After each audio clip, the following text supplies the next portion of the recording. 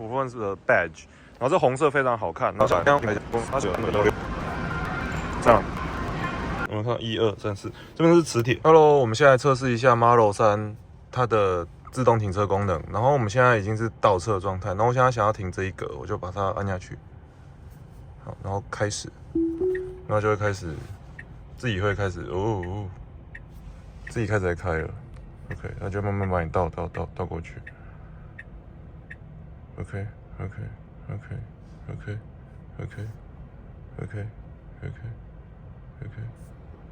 好的，好的，然后它自动就停好了，超级的方便，所以这个功能我觉得光这个功能就非常值得买了。嗨，大家，那我们这边来补充一下，就是我现在使用的手机壳是 Peak Design 的手机壳，然后我现在把手机壳从这只手机，把它拆下来。好，我这手机壳，然后它的，它有点坏掉，不过没有关系。好，然后我们看一下这个灯，它是触控式的，好，我跟你讲它是触控式，好，触控式，好，我们把这里灯开了以后呢，我们这边可以看一下，就是内装的部分，它这边它就是没有那个像 Y 之前这边还有一个 clutch， 就是它可以有一个门锁，它可以用手去压，然后这个锁就会打开。那以 Tesla 这种喜欢把所有东西都简化简约，它这边它就变成用磁铁，它这边有磁铁，我们可以看到这边有4个接触点，我们看到1、2、3、4，这边是磁铁，然后用磁铁的方式把这个吸住，然后这样子，就来扣住。可是它这个手感其实没有像 N7 的转轴的国产车的转轴，这个扶手的这个转轴的感觉，其实比特斯拉还要好哦。它这个提起来，那这就是很苹果，但是它也有节省成本，所以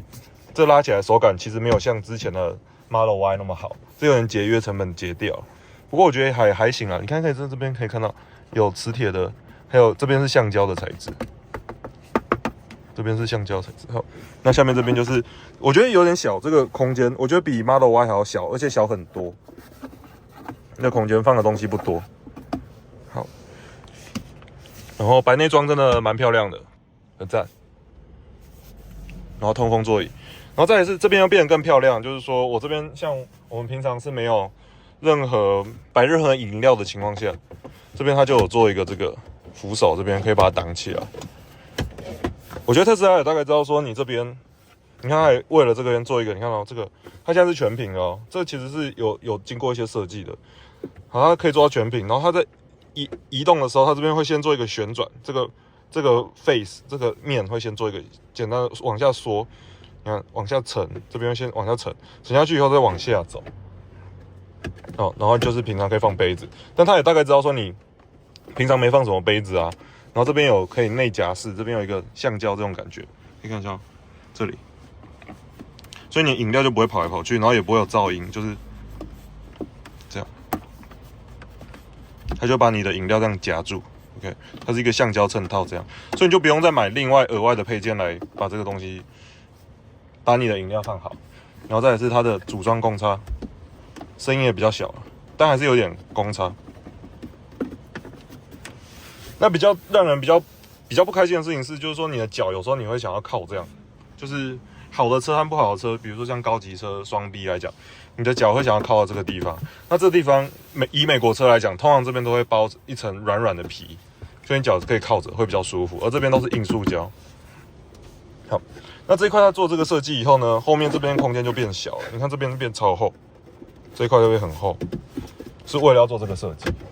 不过它这个设计起来是蛮有质感的，就是说它有做这种雷射雕纹，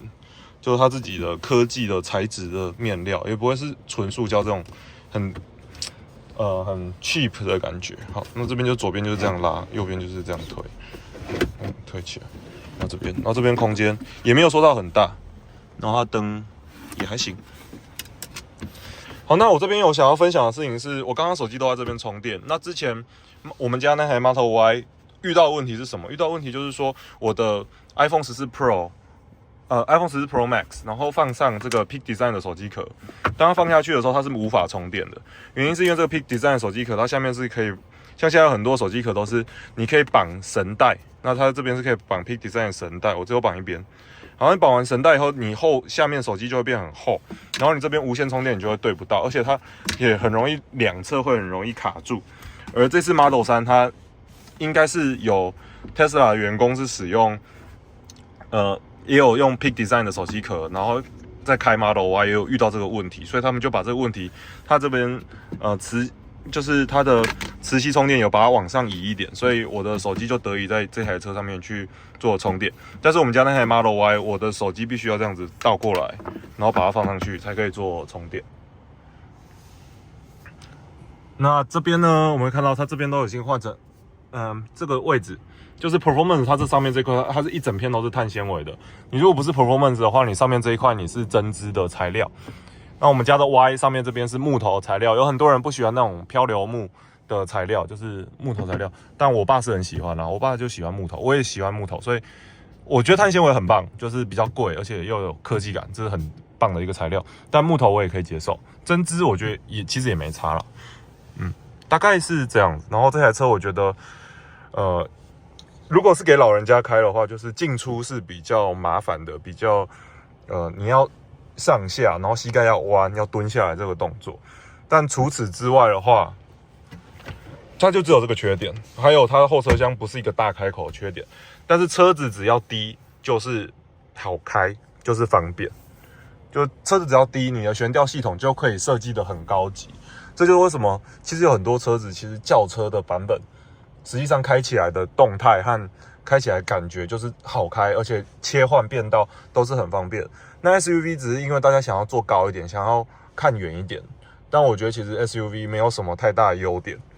以汽油车来讲啊，电动车来讲，其实也没什么太大的优点，因为你的悬吊的要求和设计的难度和要做到有那种高级感的程度，就真的很难。因为你只要一高，它的动态啊，它离地比较远，它就不好设计。所以如果你可以，然后可以接受做矮的话，我觉得你还是买矮一点、买低趴一点的车，对你的动态和开车开起来的稳定性都会是比较好。舒适程度，我觉得，它现在的悬吊改的都非常非常赞，就是开起来整个支撑性都很好，然后压过去，我觉得也不会到很震很晃啊，就是开起来就是震动都可以吸掉，然后就是感觉起来就是粘在地上这样子，非常好开。Hello YouTube， 今天 Tesla 第一次开 Model 3 Performance， 因为今天刚好来看 Cybertruck， 刚好业务说有一台 Model 3 Performance 刚好可以试驾，第一次晚上试驾汽车星光3月的 A11。这台3 Performance 它的赛车座椅，可能是因为我的腰没有很宽的关系，两边是靠不太到的，还蛮松的，但是它整个稳定性是还蛮不错，舒适度就会有一些下降，就它这边没有很厚，主要是筒型把你固定在位置的中间。简单的开了一下，然后我这边用的模式是跑车，我没有用风速模式，但是它的加速就已经非常非常快了，非常的不错。刚有试它的方向键这边，还是需要一些时间来适应上下的部分。如果你有买过 MacBook， 它跟 Magic Trackpad 的手感是还蛮类似的，你要手放上去，然后压一下，打左转灯，打右转灯，按键的感觉是还蛮不错的。这真的是要花时间去适应开 Y 的部分，所以就会下意识的会想要去有用拨感的这样子的模式。改成按键其实有蛮多的好处，例如说我这边我要看后面的后照镜，我可以直接按一下，然后就可以马上关起来。旁边这边，然后 camera 可以很快速都可以开出来，蛮有趣的哦。打开 YouTube。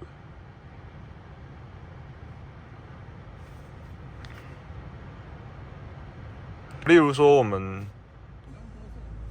现在在播放 YouTube 影片的部分 ，OK？ 那如果临时我在看影片，然后突然想要看说，我周遭环境，我要移车，我可以马上很快速的按一下，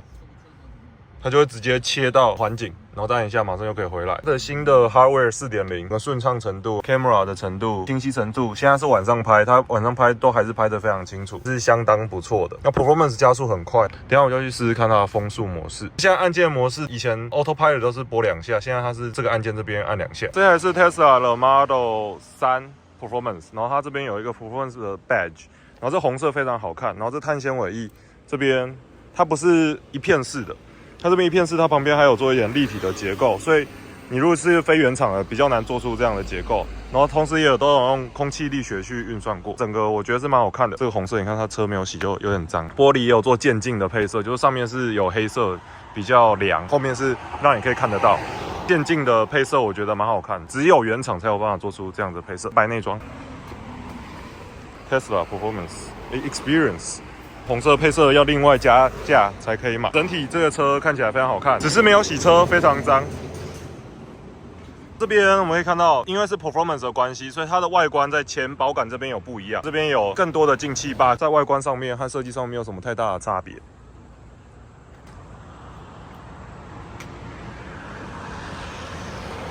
开起来非常的顺。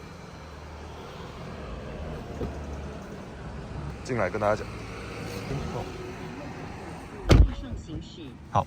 非常安静。我觉得它的双层玻璃还有整个静谧性都做得非常非常的好。以美国车来讲，我觉得它进步非常非常非常多。因为美国车组装通常会比较差。我们刚才在外面噪音很大，我在车内双层玻璃还有它新的座舱，真的是听不太到什么样的噪音。它风速是蛮大，我们把风速调下来，会变蛮安静的。通风座椅很棒，很凉，白内装也很漂亮，非常值得购买。如果你不是要很大的空间，还有一定要歪那么大部分的话，我觉得3是非常值得买。3主要是它低，进来的时候你是需要坐下来，但当你坐下来以后，你就是贴在地板上面，像是一台双门跑车一样，但是它又有4门房车的实用性。OK， 那所以我觉得这台车真的是很棒。就是一个是安全，然后又很有效率，然后又有接近 BMW M3 的这种操控的性能，然后平常的时候，它看起来就像是一台 Artis 一样而已，就是我们对面这边一台 Artis 一样，但是它是一台跑车，像是跑车，然后它的 performance 是超跑等级的，然后它的安静程度就非常安静，是没有什么声音的，然后它的娱乐系统是像 MacBook 一样，这就是 Model 3，这就是 Tesla。然后，你觉得如果平常不会踩到那么快，我等一下用风速模式，但我觉得不会踩到那么快的话，其实入门的应该就非常 OK 了。但你如果是需要露营的话，Model Y 还是比较好的选择。但我会觉得说，现在 Hardware 4.0 出来 ，Model Y 的部分，我觉得还是等到2025年，甚至是2026年改款的换新版的 Model Y 出来再换车。会是比较合适的方式，因为你花一样的钱，但是产品来讲，我觉得它就是一台电脑嘛，所以你都已经知道说他们可能会出新的，我就觉得可以等就一定要等，除非你是急需用车的话，你再买新车。然后等一下我用看风速模式，当然我还是会在法规以内好好的开车，然后来试驾这台车，然后到最后再跟大家做一些分享。那我觉得很棒。那比较可惜的事情是，它这边会亮，可以看得到说，我左右灯，然后这些按键，我会觉得它 Tesla 的 logo 如果会亮的话，其实会比较有这种品牌的烙印程度，就比较品牌忠诚度会更强，信仰会更强一点。但这边是安全气囊嘛，然后再来是就是你平常你在开车的时候，你也不会那么注重。那我是第一次开这台车，我会觉得，我想要特斯拉的感觉要更强一点，但实际上，就跟苹果那时候会不会发光是很像的。那这次很棒的事情是，它这边有这个连续的这个座舱，有像宾士一样有这种灯带，但它的灯带，它的灯带是蛮直接的，就是说以节能为主，所以它就一条，然后是直接照到你的眼睛的，像。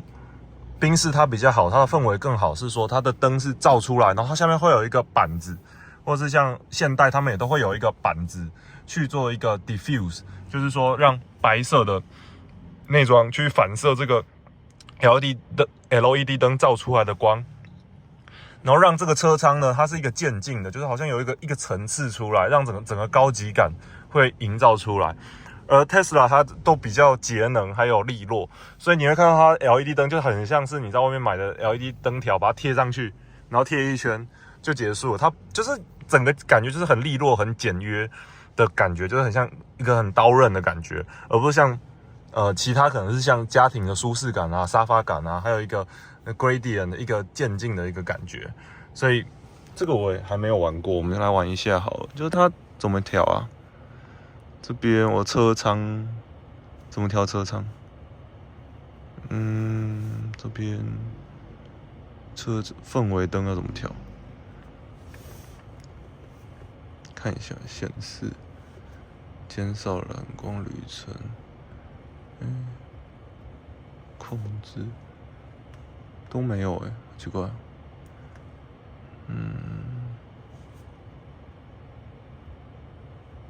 哦，对，刚刚这里车灯，然后这个氛围灯这里，然后就可以调。比如说我如果希望红色的话，像这台是红色 Tesla， 就可以是红色灯，然后橘色啊，就看你自己喜欢什么颜色。橘色我觉得好像没有那么橘，紫色、蓝色。蓝色哦，很有科技感，蓝色光，绿色、粉红色，然后你也可以调你自己喜欢，你自己调。它没有办法照着音乐，就是会闪动啊等等之类的。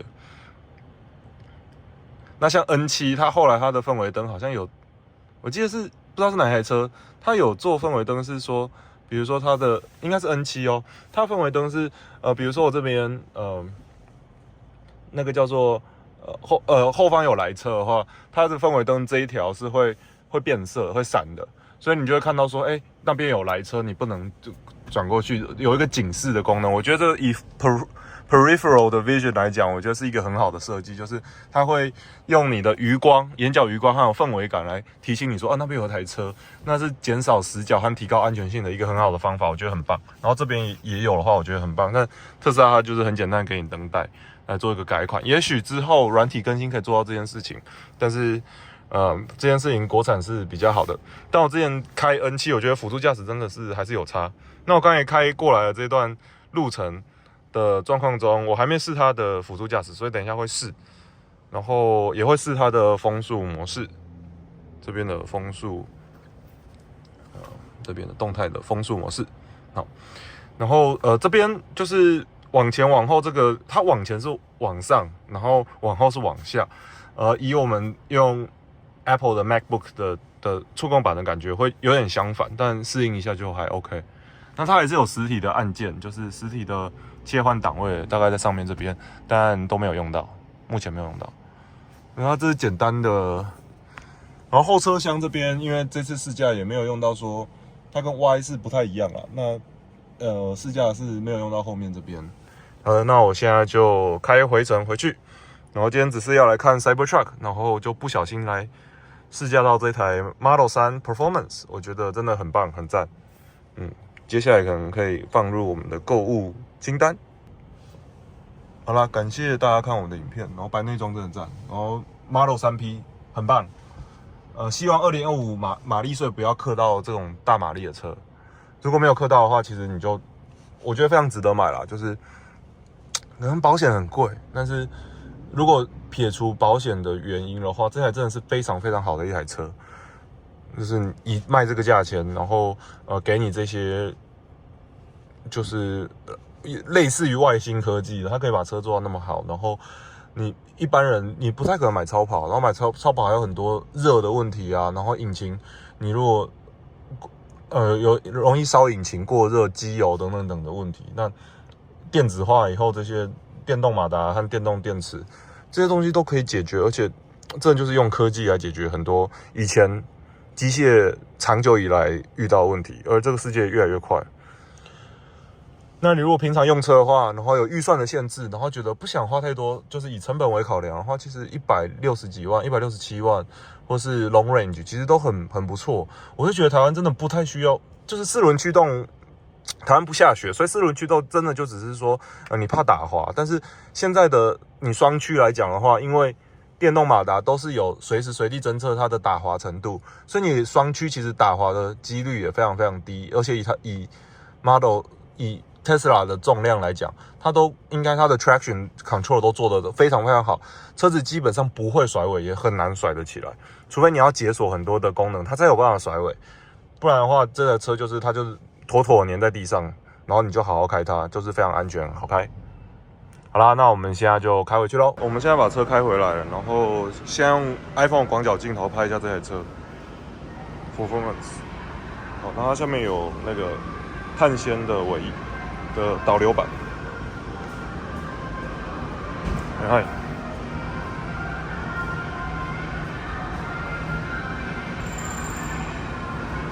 哦，这个红色真的非常好看。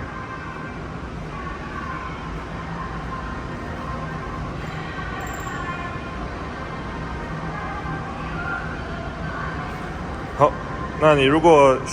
想要买这台车的话，你可以找 Peter 购买。好，非常赞。好的，然后它自动就停好了，超级